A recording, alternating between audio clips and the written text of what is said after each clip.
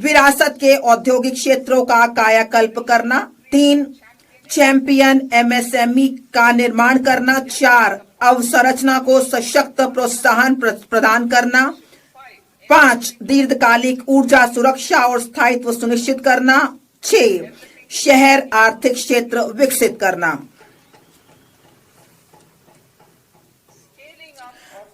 रणनीतिक और अग्रणी क्षेत्रों में निर्माण को तेज करना।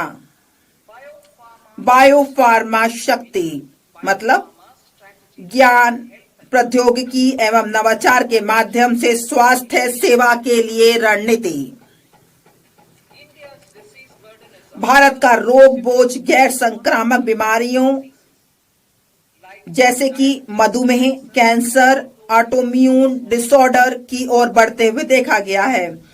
किफायती लागत पर गुणवत्ता के साथ दीर्घायु जीवन के लिए जैविक दवाएं महत्वपूर्ण हैं। भारत को एक वैश्विक बायोफार्मा विनिर्माण केंद्र के रूप में विकसित करने के लिए मैं अगले 5 वर्षों में 10,000 करोड़ के परिव्यय के साथ बायोफार्मा शक्ति का प्रस्ताव करती हूं। इससे जैविक और जैव समृद्ध के घरेलू उत्पादन हेतु परिवेश का निर्माण होगा।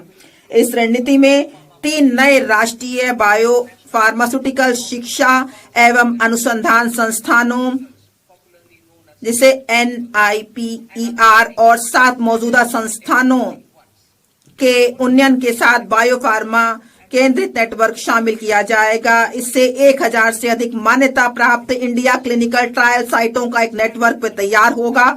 हम वैश्विक मानकों और अनुमोदन समय सीमा को पूरा करने के लिए एक समर्पित वैज्ञानिक समीक्षा संवर्ग और विशेषज्ञों के माध्यम से केंद्रीय औषधि मानक नियंत्रण संगठन को सुदृढ़ बनाने का प्रस्ताव करते हैं। इंडिया सेमीकंडक्टर मिशन 1.0 ने भारत की सेमीकंडक्टर क्षेत्र की क्षमताओं का विस्तार किया है। इससे आगे बढ़ते हुए हम उपकरण और सामग्रियों के उत्पादन, पूर्ण सुसज्जित भारतीय आईपी डिजाइन तथा आपूर्ति श्रृंखलाओं को मजबूत करने के लिए ISM 2.0 का शुभारंभ करेंगे। हम उद्योग को विकसित करने तथा कुशल जनशक्ति तैयार करने हेतु उद्योग आधारित का भी करेंगे। अप्रैल 2025 में 22,919 करोड़ के परिव्यय के साथ आरंभ की गई इलेक्ट्रॉनिक घटक निर्माण योजना में पहले ही लक्ष्य में दोगुनी निवेश हुआ है। इस तेजी का लाभ उठाने के लिए हम परिव्यय को बढ़ाकर 40,000 करोड़ करने का प्रस्ताव करते हैं।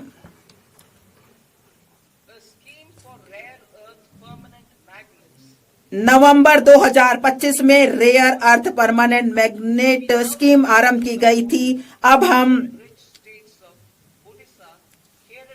खनन, प्रसंस्करण, अनुसंधान और विनिर्माण को बढ़ावा देने के लिए समर्पित दुर्लभ खनिज कॉरिडोर स्थापित करने हेतु खनिज संपन्न राज्यों ओडिशा, केरल, आंध्र प्रदेश और तमिलनाडु की सहायता करने का प्रस्ताव करते हैं। घरेलू रासायनिक उत्पादन बढ़ाने और निर्यात निर्भरता कम करने के लिए हम क्लस्टर आधारित प्लग एंड प्ले मॉडल के आधार पर एक चुनौती मार्ग के माध्यम से 3 समर्पित रासायनिक पार्कों की स्थापना में राज्यों की मदद के लिए एक योजना का शुभारंभ करेंगे।